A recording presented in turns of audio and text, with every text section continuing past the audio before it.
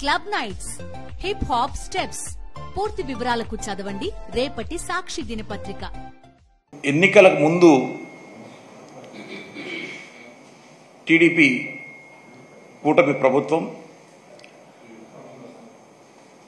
ఉద్యోగులకు ఇచ్చినటువంటి హామీలు మరి దాదాపు 100 రోజులు గడిచిపోయినప్పటికీ 4 నెలలు కావస్తా ఉంది. మరి ఇంతవరకు ఏవి నెరవేర్చకపోగా ఉద్యోగుల మీద మరి ఇసుర్లు అంటే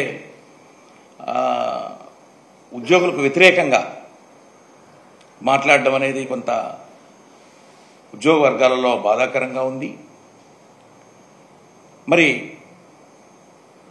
రీసెంట్గా ఒక ముఖ్యమంత్రి గారి సభలో నెల్లూరు జిల్లాలో జరిగినప్పుడు అక్కడ ఆ మైక్ సరిగా సౌండ్ రాకపోతే ఐఎన్పిఆర్కు సంబంధించినటువంటి అధికారిని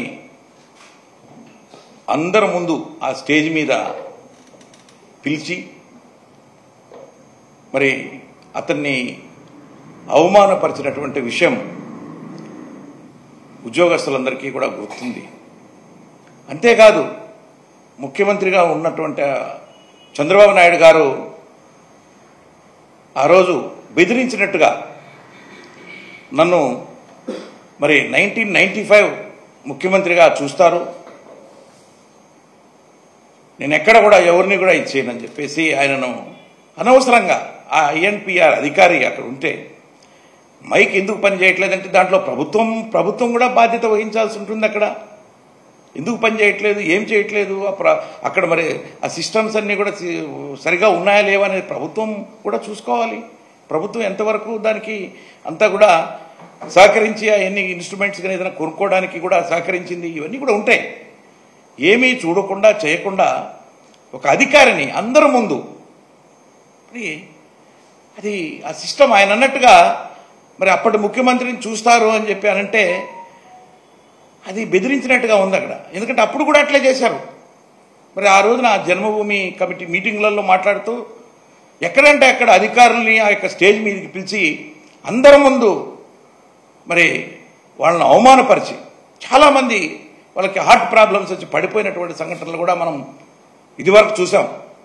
మరి అదే స్టైల్లో మరలా ఇప్పుడు అధికారులను భయపెట్టడం అనేది పద్ధతిగా లేదు అని చెప్పేసి కూడా నేను ఈ సందర్భంగా మరి తెలియజేస్తా ఉన్నా. మరి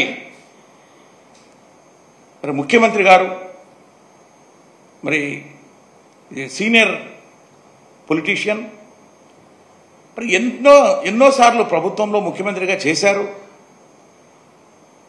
మరి అధికారులు ప్రభుత్వాలు వస్తూ ఉంటాయి, పోతూ ఉంటాయి.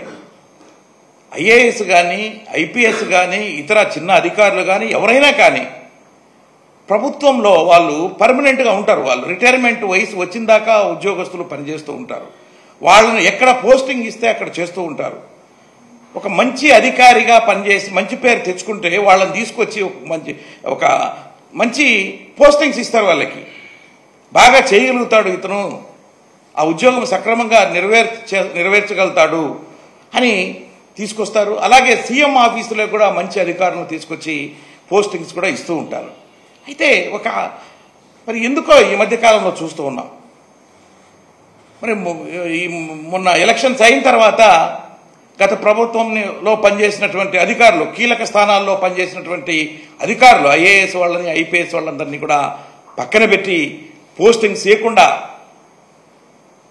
మరి సీనియర్ మోస్ట్ ఒక డీజీపీ స్థాయి అధికారిని కూడా పక్కన పెట్టడం, కమిషనర్ ఆఫ్ పోలీస్ లెవెల్లో ఉన్నటువంటి డీఐజీ లెవెల్లో ఉన్నటువంటి వాళ్ళని వీళ్ళందరినీ కూడా పక్కన పెట్టి మీరు డీజీపీ ఆఫీస్కు పోయి పొద్దున్నే సంతకం పెట్టి సాయంత్రం వరకు అక్కడ ఎక్కడో వెయిట్ చేసి పోవాలనడం అనేది చాలా హాస్యాస్పదం అని కూడా నేను ఈ సందర్భంగా తెలియజేస్తా ఉన్నా.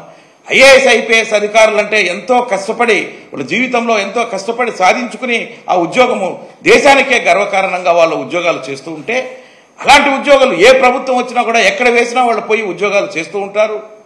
మరి వాళ్ళ చేసే పనితనాన్ని బట్టి వాళ్లకు మీరు పోస్టింగ్స్ ఇస్తూ ఉంటారు. అలాంటి వాళ్ళందరినీ కూడా ఎంతో మరి వందల మందిని పక్కన పెట్టి అధికారులను ఐఏఎస్ ఐపీఎస్ అధికారులని పక్కన పెట్టడము, అదే స్థాయి అధికారుల దగ్గర పోయి చేతులు కట్టుకొని నిలబడడం మనం ఉండండి అనే స్టైల్లో చెప్పడం అనేది చాలా బాధాకరము. అంతతో వదట్లేదు. వాళ్ళ మీద అనవసరమైనటువంటి కేసులు ఈ మధ్యన చూస్తూ ఉన్నారు. విజయవాడలో పనిచేసినటువంటి అధికారుల మీద ముంబై సినీ నటి కేసులో ఇరికించి ఆ అధికారుల్ని సస్పెండ్ చేశారు. 3 ఐపీఎస్ అధికారులతో పాటు ఇంకా ఒకటి ఎస్పీసీ వీళ్ళందరినీ కూడా. అంటే ఎక్కడ పోతున్నాం మనం? అంటే అధికారులు అంటే ఏంటి?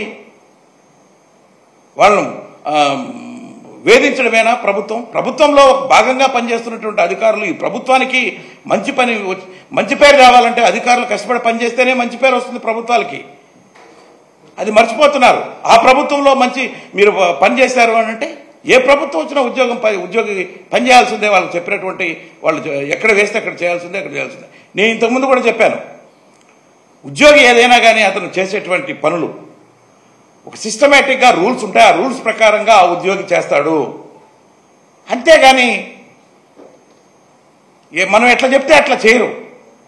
ప్రభుత్వంలో ఉన్నటువంటి ప్రభుత్వం ఏదైతే రూలింగ్లో ఉందో ఆ ప్రభుత్వం మినిస్టర్స్ కానీ ముఖ్యమంత్రి కానీ పెద్దలు చెప్పినట్టుగా ఒక సిస్టమేటిక్ రూల్స్ ప్రకారంగా వాళ్ళు పనిచేస్తారే తప్ప ఎవరో ప్రతి ఒక్కరూ చెప్పింది వాళ్ళు ఇంప్లిమెంట్ చేయాలంటే సాధ్యం కాదు. అది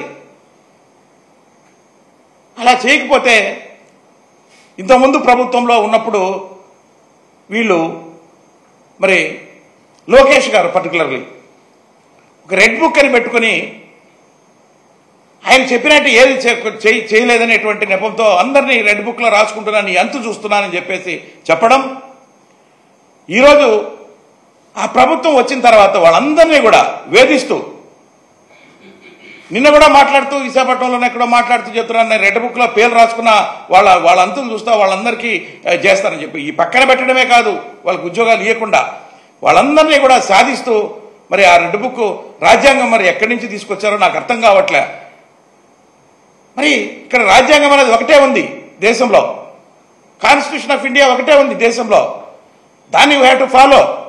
ప్రభుత్వ ఉద్యోగులు వీళ్ళంతా కూడా ఎవరైనా కానీ ప్రభుత్వానికి అనుకూలంగా వాళ్ళు ప్రభుత్వంలో ఏవి రూల్స్ ఉంటాయో ఆ రూల్స్ అతీతంగా పనిచేయలేరు కదా. వాళ్ళు ఆ రూల్స్ ప్రకారంగానే పనిచేయాలి కదా. మరి నాకు ఒక రెడ్ బుక్ పెట్టడం, ఈ రెడ్ బుక్ అనేది ఎక్కడుంది? రాజ్యాంగంలో ఉందా? కాన్స్టిట్యూషన్లో ఉందా?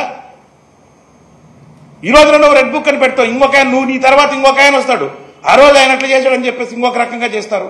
ఎక్కడ పోతున్నాం మనం? ఇవన్నీ కూడా మనం ఆలోచించాలని చెప్పేసి కూడా నేను ప్రభుత్వానికి ఈ సందర్భంగా తెలియజేస్తూ ఉన్నా. మరి దాంతోపాటు మరి బదిలీలు